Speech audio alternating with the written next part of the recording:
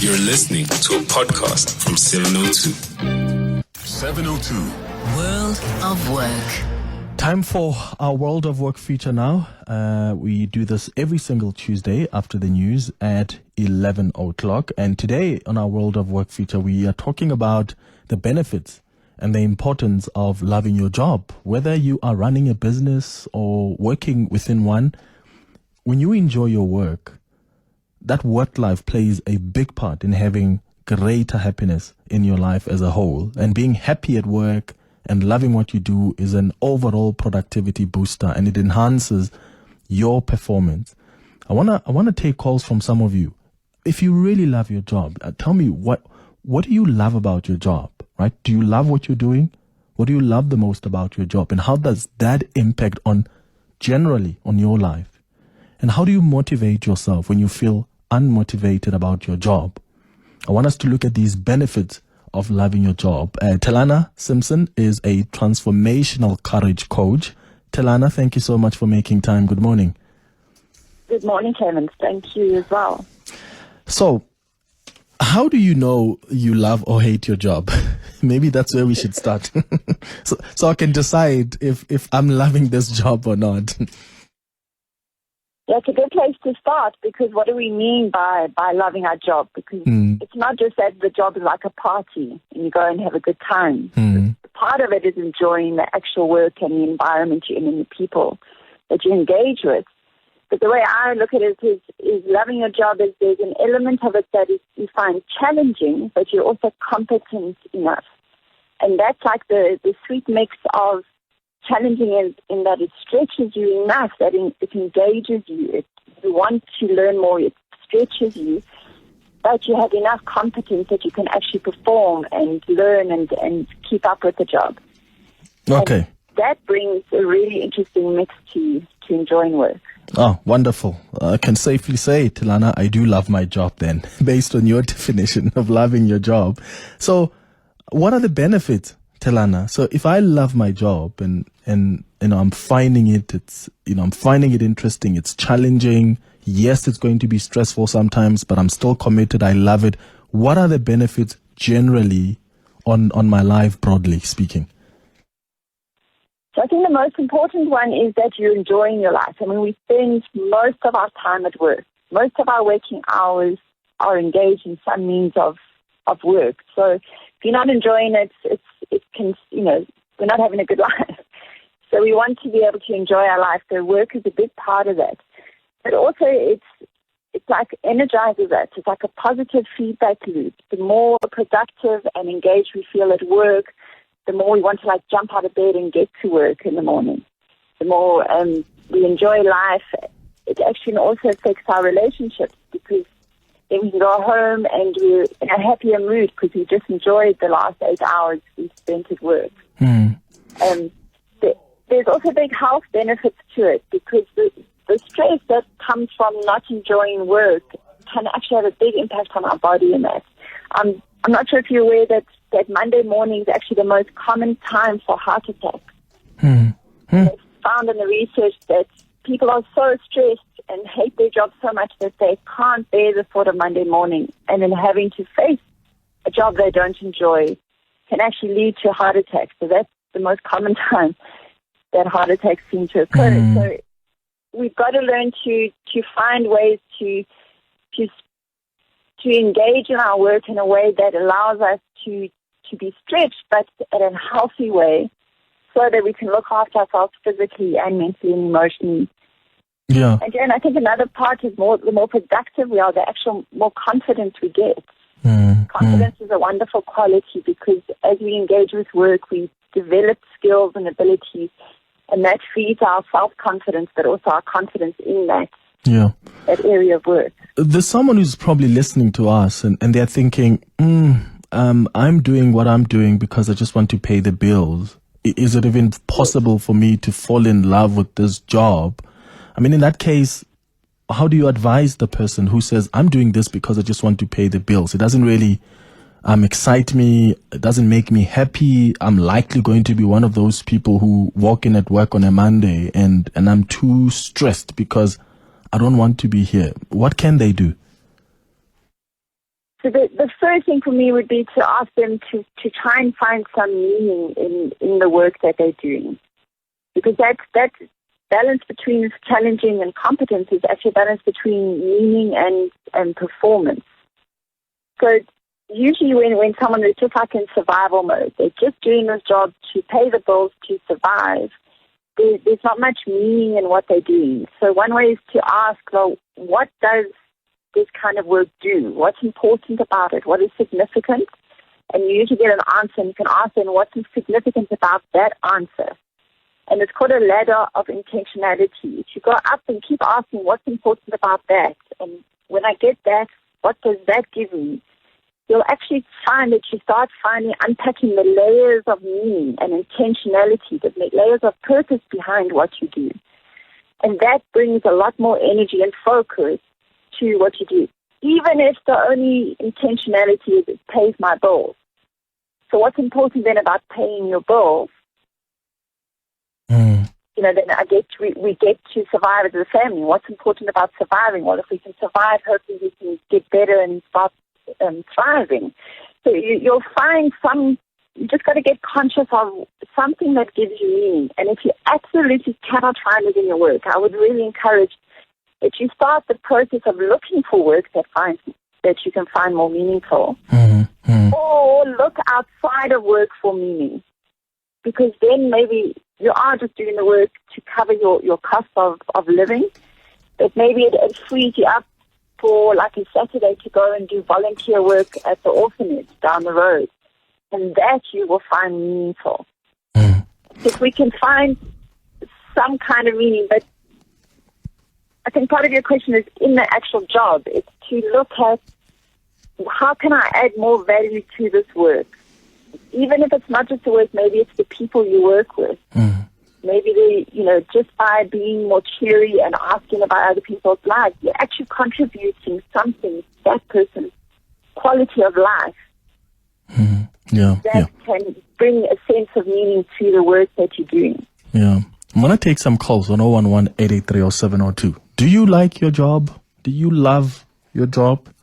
Why do you love your job? And what's been the benefit for you of loving your job? I love what I do. I really look forward to, I love weekends because you get to rest, but I look forward to coming and doing the show on a Monday morning, right? I'm a compassionate person by nature, and I've come to realize that the show does allow for me to exercise or express that character that I have personally, right? The show allows you to help more people. The show challenges you. So that's my experience. That's part of the reason why I love this job. And I want you to tell me why you love your job and what's been the benefit. Because as Telana says, you become, that's a booster for you. Not only for your productivity, you're not just creative and you've got these great ideas you want to try when you do what you love and you love what you do, but it's more also, right? It's also about the impact it has on your social life, the impact it has even on you beyond that 9 to 5. What's been the impact for you? I want you to share your experiences with us. I'll go to your calls and WhatsApps and SMSs after this. 702. World of Work. 23 minutes after 11 o'clock. It's our World of Work feature, and I want to hear from you why you love your job and what's been the benefit. And if you don't like your job, you really hate it, what's been the impact? I can imagine it can be depressing to even be in that space where you don't want to be. How has that impacted you? We're speaking to Telana Simpson, who is a Transformational Courage Coach. Nicola, you're in Parkhurst. Good morning. Hi, morning. Hi, Telana. You know me, Nikki Columbine. Hi. Congrats on the very, very, very crucial conversation. I just wanted to get your insight and comment on the factor around fear and employees being able to overcome fear, to have conversations that are enabled by the work environment, including management and leadership and peers. Because frequently, and also I have personal experience of that fear really dominates to create a disabling environment, and that makes employees feel totally trapped And of course, also self-awareness. I love your comment around self-awareness and what that can help individuals to become cognizant of their own potential in finding their solutions to motivation. And I mean, the psychology and neuroscience around that is absolutely fascinating. Thanks. That's Nicola, thank you. Great question there, Nicola in Parkhurst. Telana, how do you deal with that fear factor, and how do you encourage yourself and create meaning outside of this that may not at the time have meaning for you? So the thing with fear, I just want to clarify, is fear of what? Because if it's a fear of something really physical, like our physical safety, that obviously is a different thing. But I think what she's meaning more is often people have a fear of speaking up. They have a fear of actually doing their best work for what other people might think about them. There's a fear of success, right? It's close to the fear of failure. So the thing with fear is an emotion that is actually just telling us that there's something we need to be prepared for. There's something we need to do. So as a manager, if you have a lot of people that seem to be fearful, what is it in the environment that is making it unsafe for them to just speak up or share? Like, there's aspects where for speaking up, you actually have to make it safe and make mistakes okay, if that makes sense. So it's to own up when we as managers might actually make a mistake. That's one way to do it. It's also just to try and understand what people are scared about, because the about part will give you information on strategies to assist them. A big part of the fear of failure is people link their esteem, their beingness, their sense of personal worth and value to what they do. And so a big part then as a leadership team is to never, when something needs to be critiqued or, you need to give feedback, is to never make it about the person. It's to stick to the content of the task.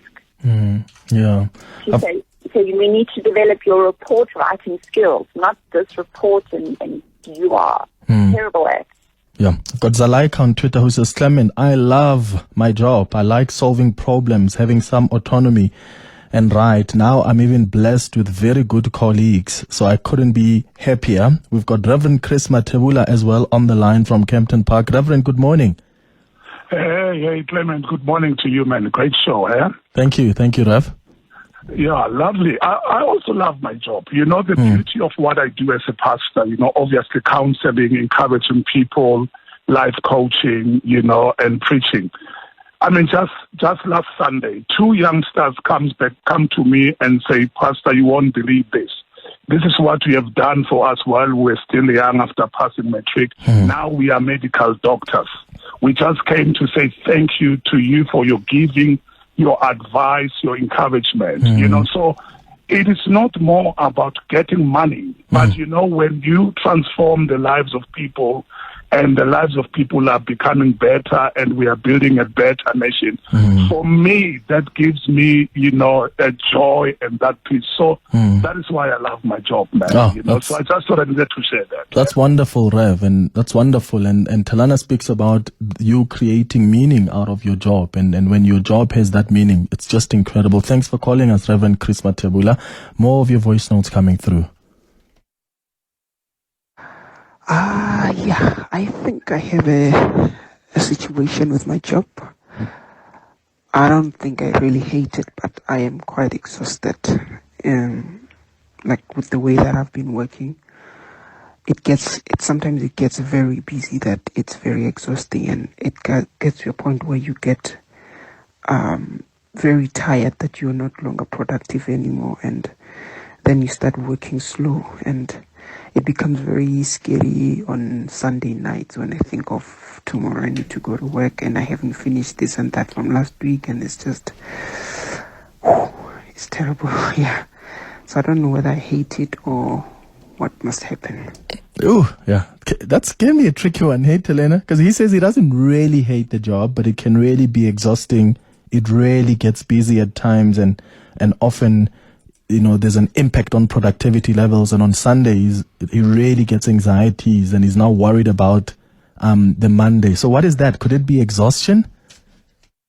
It sounds like it could be exhaustion, and that can either come from the actual work. We really stressed at times, and often organizations are understaffed, so they're expecting a lot from a few people. So part of it is for people to speak up to their boss, and we are responsible to our employers to say, I can't cope. There is literally too much work for one individual to do. I need some resources, or I need to prioritize. The other thing I find often with that type of exhaustion is perfectionism. Sometimes people are trying to do the work too perfect. Perfect is the most useless standard. It's unachievable. We should be looking for what is a good enough result for the resources I've got. The resources being the time, the amount of, hours in a day, the amount of people that I've got to help me. So with those resources, what is a good enough result that would achieve what we need to achieve with this task? That doesn't mean it will be a low quality. It will still be excellent, but if we're going for perfection, perfection is what leads to burnout. Yeah, that's what's going to kill us, Telana. And I'm one of the people that struggle with perfection. Thank you so much for making time, Telana Simpson, Transformational Courage Coach.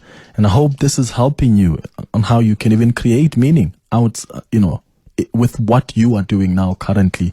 I want to wrap up with this message from one of our listeners who says, Clement, I can't lie. I don't like my job, and I just started my career. What your guest is saying is so accurate. I've had so many panic attacks in the last year because of work. I've never struggled with anxiety, but of late, I've had to be booked off, and I've been put on anxiety medication. I thought it was my inability to handle the pressure, but based on today's conversation, I'm realizing that it's probably also has a lot to do with the fact that I don't like my job. Anonymous, good luck, man. It's just after 11:30.